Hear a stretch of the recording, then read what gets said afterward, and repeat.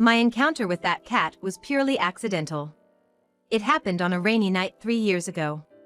I was rushing home after work. When I was about to walk under a guardrail, meow, meow, I heard the cry of a kitten. When I squinted, I could see a tiny black kitten, presumably just born, shivering in a small cardboard box. It seemed its eyes were not yet open. Inside the box was a note. This little one was forced to bear an ill-fated life. To whoever finds her, please take good care. The note was written in careful handwriting. I could see the gentle spirit trying to entrust the future of the abandoned cat to a cat lover. There was also a $50 bill attached, presumably for milk expenses. My name is Joanna. I'm a 40-year-old office worker. In fact, I just got married the other day. I've been a workaholic since I was young and managed to get promoted to team leader, a notable achievement for a woman. I was quite satisfied with my job, but being single can be lonely at times. From the younger folks in the company, I'd hear whispers like, no matter how good she is at her job, being without a husband past 40 isn't great, or she seems to have missed out on a woman's happiness. I was aware of such backbiting. There were coworkers who admired me, but still, society's breeze was cold to a single woman in her 40s. Then, at a high school reunion, I reconnected with Ethan. Ethan was also single, and seemed to be diligently searching for a partner, but couldn't seem to find one. We hit it off immediately, and after dating for a while, we got married. Perhaps, like me, Ethan had a simple calculation that he would marry anyone if possible. But I felt a hint of affection for Ethan, an old friend whom I had known since high school. I believed that as we continued our married life, this love would grow. I prayed that it would be so. Upon marriage, Ethan set one condition. That was to live with his mother at his family home. Ethan, who had lost his father early and lived with his mother, couldn't bear to leave his aging mother alone. Probably one of the reasons Ethan's search for a partner wasn't successful was due to the fact that living with his mother-in-law could be a hurdle. But the mother-in-law before marriage seemed like a kind person, and she said things like, I have no doubt about anyone who will become Ethan's wife. I was worried that he might be alone for his whole life, and I'm so glad that it brings tears to my eyes. In the long run, I'd likely have to take care of her in her old age, so I thought it might be better to live together from the start. That's what I thought. And I also set a condition for living together. This was about bringing my longtime cat, Max. Max was a stray cat I brought to my apartment complex on a rainy day. Now, he's an essential part of the family. Even when I got married and moved to my husband's parents' house, I couldn't bear to part with Max. I pleaded as such, and Ethan and my future mother-in-law graciously agreed. And so, after a modest wedding ceremony, Max and I stepped into Ethan's family home.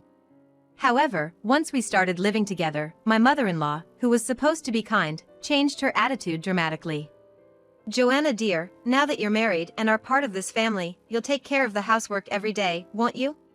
My mother-in-law sipped her tea with a serene face. Finally Ethan is married, I can take it easy from now on. I've been telling him to quickly find a woman and bring her home because my back is bad. Huh? What? I couldn't catch up with the sudden change. Did she say all the housework was my responsibility? Of course, since I was living there, I planned to do my share of housework. But the way my mother-in-law's saying it, it sounded like I'd be doing everything. It should have been divided among the three of us, including Ethan. Divided. Wait a minute, please. I didn't get married to become a maid. I tried to assert, but my mother-in-law casually retorted, oh, didn't you say you wanted to dedicate yourself to your mother-in-law? Huh? Who said that and when? When I glared at Ethan who was next to me, he averted his eyes in a hurry. Apparently, Ethan had been lying to my mother-in-law to impress her. Regardless of what Ethan said, I'm not here to be a maid. I will, of course, do my share of the housework, but it should be divided among the three of us. It was better to communicate the truth sooner rather than later for the future. Oh my! Are you suggesting Ethan should do the housework too? Ethan is a man. Nowadays, it's normal for men to do housework. If men don't do housework, what happens to single men living alone? That's right. Housework is women's work, right? Even Ethan said something like that. Do these two have outdated thinking from before the 80s? If this was a computer OS, it would have been unsupported long ago. I was appalled inside, but I couldn't say anything more to Ethan and my mother-in-law. I guess I thought it was an important time to play the good wife. And as if they saw right through me, they continued to pile the housework onto me. And so, my life in hell began. Hey! Don't just sleep in, get up. Start preparing breakfast quickly. My mother-in-law kicked my pillow at 4 a.m. before the sun even rose. My mother-in-law's old, so she always got up early and always came to wake me up. Without any consideration for it being the couple's bedroom. It didn't matter whether I had been working late the night before or if it was a day off. I'd jolt awake from a kick to my pillow, with Ethan sound asleep next to me. I shook Ethan awake. Hey, could you say something to your mom? It's still 4 a.m. Ethan grumbled something that sounded half asleep, mmm. Well, older people wake up early. Cut her some slack. Yawn. I'm going back to sleep. I kicked Ethan's pillow away with all my might as he was about to go back to sleep. You should do some chores too. I don't want to be the only one being woken up. Huh? Why me? Mom always said that's the wife's job. Like mother, like son. Moreover, even Max, who sleeps in a different room, started to wake up early because of my mother-in-law. Actually, as soon as my mother-in-law woke up, she'd pester Max, which would wake him up, and he would come to me for help. If he started making a ruckus with his end-of-the-world-like meowing, it was impossible for me to stay asleep. And then, my mother-in-law from the other side would complain about the noise. Between the two of them, it felt like I was being assaulted by loudspeakers from the right and left. I felt absolutely miserable. I loved Max, but I hated my mother-in-law and husband. Even if I started doing chores from 4 a.m., my mother-in-law and husband did nothing but complain about my methods. Please do better. Can't you even do one chore properly despite living up to 40? What a waste of years. We need you to be more aware of your responsibilities as a wife. I was just married. I didn't move in to be treated like a servant. This was not the married life I envisioned. Maybe I should have filed for divorce immediately. But I was 40 years old. My friends and colleagues had gotten married long ago, and they had been gossiping about me that I missed the boat. No matter how good I was at my job, because I hadn't found the one, I was treated as a loser. After finally getting married, if I divorced so quickly, I couldn't imagine what people would say. It was petty pride, but I just couldn't let it go. Perhaps Ethan saw through that. If you don't want to do chores, get out. We can divorce if you want. But you're the one who will be in trouble, right? If you don't like it, respect my mom much more. Regrettably, at that time, I had no choice but to obey. But a life of waking up at 4 a.m. and being commanded until late at night was unbearable. Fatigue piled up and I eventually collapsed at work. When I woke up, I was in the hospital. My colleague, Sarah, had stayed with me. Are you awake? Good. I was worried when you collapsed all of a sudden. Sarah had been a reliable colleague who admired me. Thank you. I'm sorry for causing you trouble. I'll have my husband come to pick me up, so it's all right. When I smiled at her, Sarah hesitated. Well, after you were brought to the hospital, I called your house. But they just said, okay, and also. Despite their daughter-in-law collapsing, neither my mother-in-law nor husband seemed to be coming to get me. There was more to Sarah's story. When asked, is there anything else? I was told, there's a pile of ironing to do, so come straight home as soon as you wake up. Don't use a cab because it's a waste of money. I was in shock. Not only was I not being picked up, but the only things being worried about were the ironing and cab fare. Was I nothing more than a tool to be used in that house? Seeing me silently devastated, Sarah looked at me with concern. Manager, are you okay? You seem to have been struggling since you got married.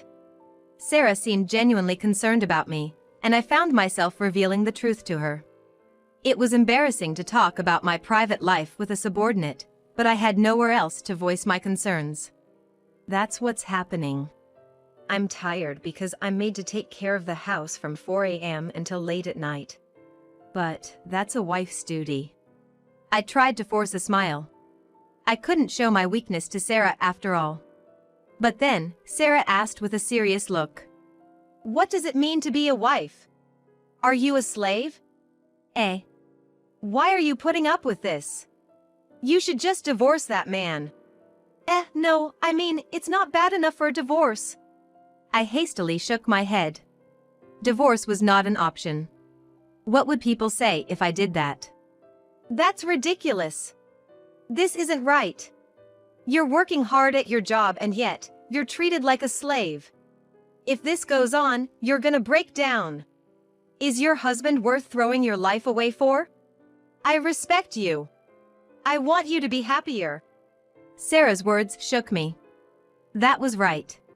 Why was I being used by those people? Why was I continuing this miserable married life? It was due to my petty pride. I've finally got married. It would be embarrassing to get divorced. Such feelings were binding me. My current life could be seen as embarrassing from an outsider's perspective. No, I was the one who should be ashamed.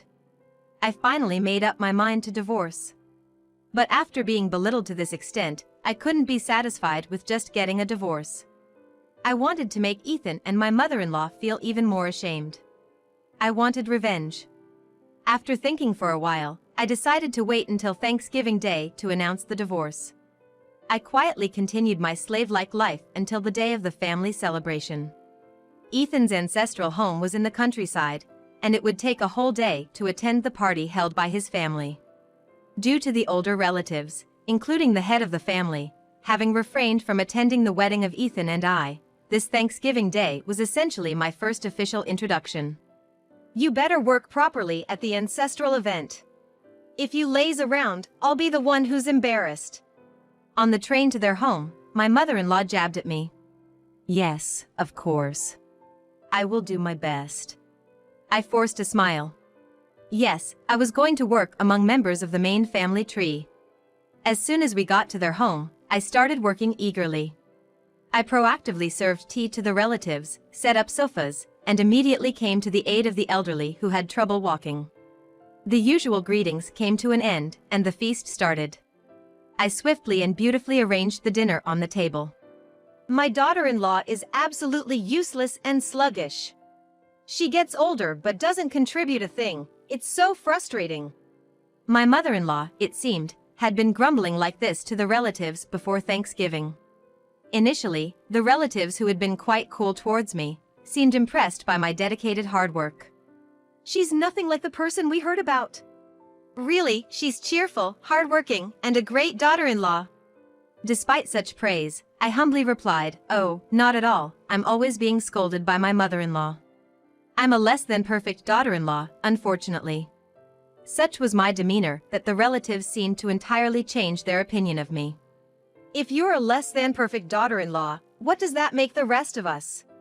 You could very well be the model daughter-in-law. More and more compliments were heard. He. I lowered my eyes and chuckled with satisfaction. I felt I had made a strong impression on the main family. Then, the feast was drawing to a close. It was about time. I stood up, took a chair in the center of the living room, and sat on it. Huh? Everyone was surprised when I suddenly sat in the center of the seats, and Ethan let out a confused voice. What are you doing? Ignoring Ethan, I said, "It seems the feast is coming to an end. I must excuse myself. It is truly regrettable that I am parting ways with you all after only just having the pleasure of meeting you. I have decided to divorce Ethan. This will be the last time you see me. I thought I would enjoy time with you just once, so I did my best to show my gratitude. I wish you all the best." I finally delivered the speech I had prepared. The relatives stirred. The most surprised were Ethan and my mother-in-law. What's this sudden talk about divorce? I will not accept this. That's right. Divorce is no joke. Calmly, I replied, "Oh? But weren't you the one saying I should leave? If you hate housework, leave. You'll be the one who's worse off if we divorce. After some thought, I realized that I won't be troubled at all if we divorce. Then I turned to my mother-in-law. But you've been pushing all the housework on me while I work, while you just lie in front of the TV munching on snacks. And you've been telling the relatives that I'm lazy and slow? How could you say such things about me, who is woken up by you at 4 a.m. to do chores? I declared this with indignation. The women of the main family began to whisper among themselves, seeming to be taken aback by my force. That's right. I heard it too. She said she had a no-good daughter-in-law who does nothing. So, I thought some terrible daughter-in-law would be coming, but that's not the case at all. The relatives had been watching my hard work at the Thanksgiving celebration. I continued. I tried my best to maintain the household because I wanted to become a part of this family through marriage. But neither my mother-in-law nor Ethan acknowledged that, and I've been falsely accused. I can't take it anymore. I'm leaving. Goodbye. Wait, Joanna, calm down. The mother-in-law tried to smooth things over, looking anxious about the reactions from the crowd. It was already too late by then. I'm perfectly calm. If anyone is panicking because the truth got out to the relatives, isn't that you, mother-in-law? Then, it was Ethan's turn to stammer. Joanna, are you joking about divorce? I just wanted you to be a good wife, that's all. A good wife? I was so ticked by that word. I stood up and looked down at Ethan coldly. So, what kind of good husband have you been? Shoving all the housework on me and splitting the living expenses with my salary. Is that your idea of being a good husband, picking and choosing what you like? That's a huge mistake. That's right. Joanna's absolutely right. At the gossip of the relatives, my mother-in-law and Ethan were silenced with red faces. Then, my grandfather-in-law, who had been silent all along in the main family, asked to speak. I'm sorry, Joanna. My daughter has caused you a great deal of trouble. My grandfather-in-law's the father of the mother-in-law. Since she's 67 years old, he must be over 90. He still held great power as the head of the family. He was definitely aged quite a bit, but he was energetic in his chic clothes, and his voice was still strong. My grandfather-in-law started to tell a shocking truth in front of his family. One day, a great-grandchild in the family brought back a stray kitten. The kid wanted to keep it as a pet, but the relatives vehemently opposed it, so he had to reluctantly give up. My grandfather-in-law felt sorry for his great-grandchild and took care of it. He asked a servant of the family to take it to a place far beyond the child's reach. The servant, as instructed, placed the kitten in a box under a guardrail and waited for a kind-hearted owner to pick it up. Joanna happened to come across it. The servant confirmed where the owner lived and reported it to my grandfather-in-law. The letter and money left with the box were from my grandfather-in-law. I was shocked. My grandfather-in-law had been worrying about the fate of the kitten and had ordered the servant to occasionally check on Joanna's apartment. And then he found out that the owner was going to be a bride in our family. That kind-hearted woman. My grandfather-in-law was deeply moved by the wonders of the world. I was deeply moved. I never imagined that Max, the kitten from that time, would come to me because of such a fate. That letter had been from my grandfather-in-law who was sitting right in front of me. I quietly took out the letter I always kept in my wallet. My grandfather-in-law's handwriting looked distorted through my tears. She has always been a crafty liar since childhood. At first, I'm sure she only showed Joanna her good side, and then as soon as you guys got married, she thought she had you and changed her attitude. I didn't teach her enough. My grandfather-in-law turned his face towards my mother-in-law, and then he looked me straight in the eye with a look of regret on his face. No, it's not your fault, sir. But I regret that I couldn't do much for you in such a short marriage. Thinking that it might be good to show off a little in front of the relatives, I tried to spice up the story with a bit of flattery. You are a fine daughter-in-law. To neglect such a woman is unforgivable. These two need to reconsider their actions. My grandfather-in-law's angry voice echoed throughout the room. Therefore, I command you, the grandfather-in-law bellowed, release Joanna at once and both of you shall pay her damages. No way. At my grandfather-in-law's shocking order, Ethan's mom and Ethan himself were in a panic, their mouths agape. She has been grievously inconvenienced by you. It's only fair. My orders are absolute, you better remember that. Disobey and you'll be instantly banned from this house. And forget about any inheritance. No way! My mother-in-law and Ethan let out screams of disbelief. After Thanksgiving, I returned home and immediately began packing my things. I had prepared somewhat for this day, so it was just a matter of packing various things into my bag. I told myself not to forget Max's daily necessities. Where are you going? Ethan, flustered, asked me as I quickly packed my things.